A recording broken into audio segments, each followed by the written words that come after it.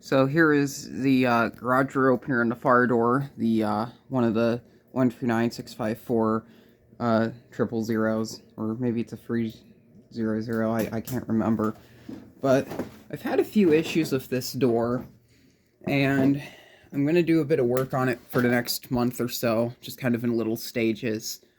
Uh, but one of the main issues I've had with this is that the relay in here is not working properly.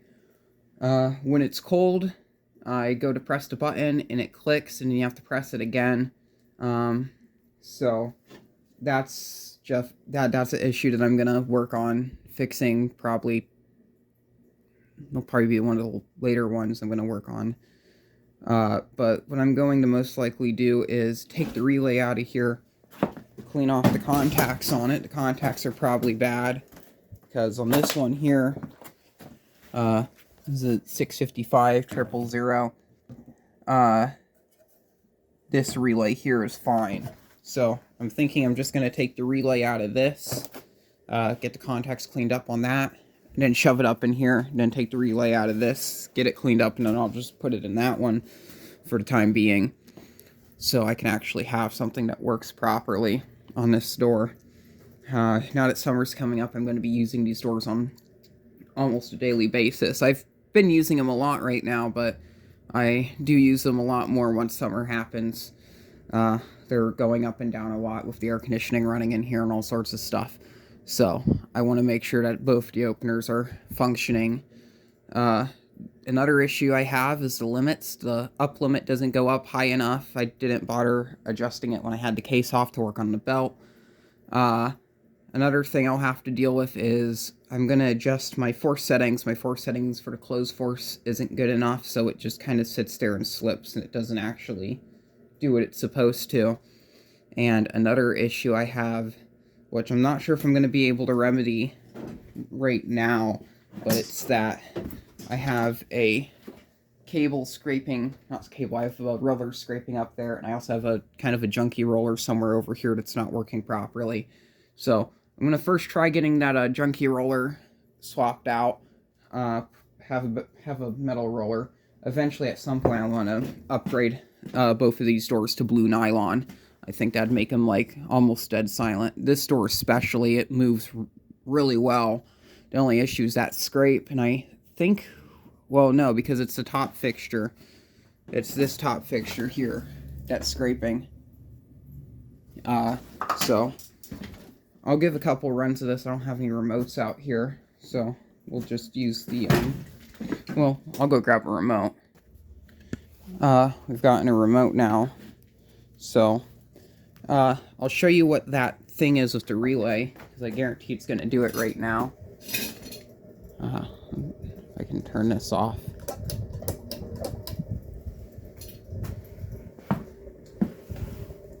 It's stupid.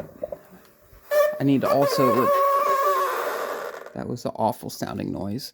I need to also replace the bearings on that because it was making grinding noises. So we'll run this up. That was the relay click. Now I'm pretty sure if it's not the roller that's causing it, it would be that roller right there. If that's not what's causing the scrape, it could be the cables. One of the cables is a bit more slacked, and when a door's going down, it doesn't look quite level. You'll hear the scrape.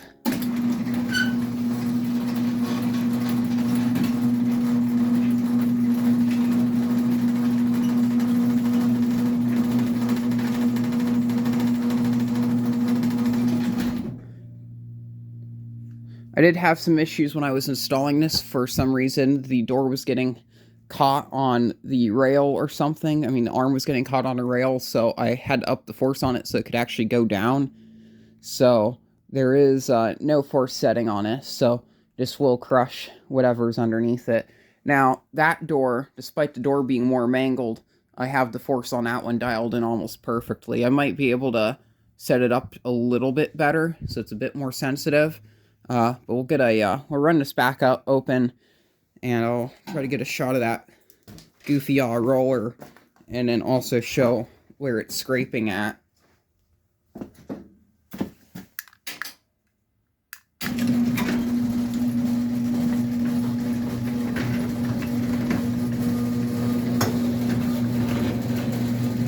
you see it's not rolling really well. It has a rough spot in it.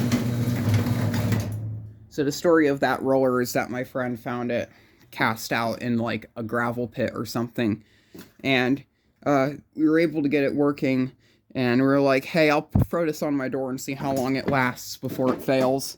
I think it's been about a little over 6 months now, maybe 7, and it's failed. Surprisingly, it's lasted a good while, and it's probably still fine. I think it's just that rough spot that is like making it all not good. But right there is where the scrapage happens. You can see inside of that track there is a bit of scraping going on, but it's the hinge, I'm pretty sure. The hinge, I can't tell if it's actually touching this or not. It looks fine, or no, it's the top half. No, it's not really doing it much this time. But you can see now I just pressed a button and it relay clicked but didn't reverse. So did it again.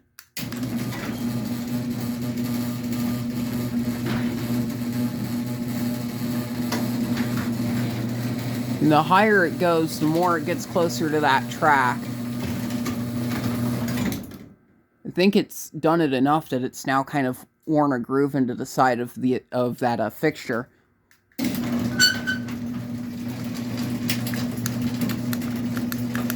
Now it's not responding to the remote. There it goes.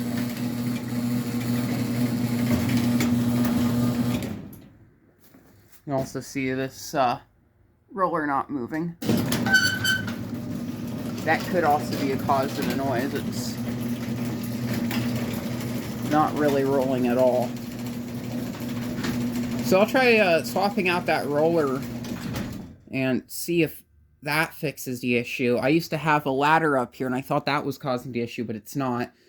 So I'm actually thinking I'm just going to do operator storage up here since I have all these ops that are just laying here on the ground. Some of them I do need to part out, like this Type 2A, the board in it's bad. So I don't really need that anymore, and most of these are just rails.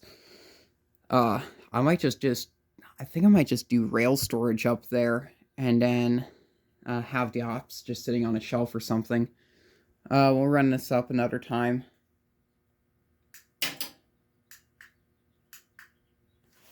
This remote battery must be getting weak.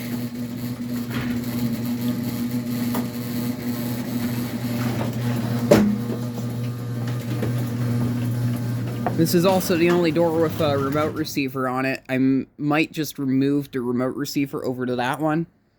But you can see it doesn't go up far enough. I want to make a how-to video on how to adjust the limits on one of these, since the limits on these openers are kind of hard to adjust, and there's not a good video on YouTube of showing the limit system on one of these. Definitely hear it now.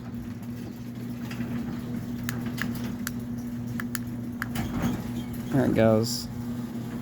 I think the remote battery's going out. The one in my car is like almost dead, so I need to get a new battery for it. I want to check this out again, because that time it actually sounded like it was somewhat noisy. I still need to get all these ops off the floor.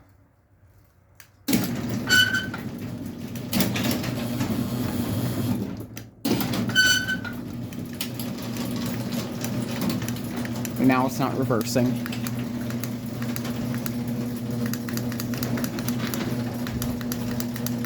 I think my remote just died.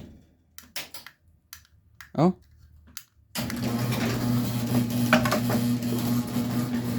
That relay's gonna need some help. And after this, I'm running it back down before I put the op in the thermal overload. Yeah, it's touching. So, that's going to be it for this video. That's what's going on with this door. A lot to come here with getting this side going again. Honestly, this side runs fine. I just want to get some struts put on the bottom. And obviously the new cable, since the cables are corroded on both sides, but put a strut on this bottom section here and another one probably here. Well, actually, probably a bit lower, and have the other one all the way at the bottom of the door.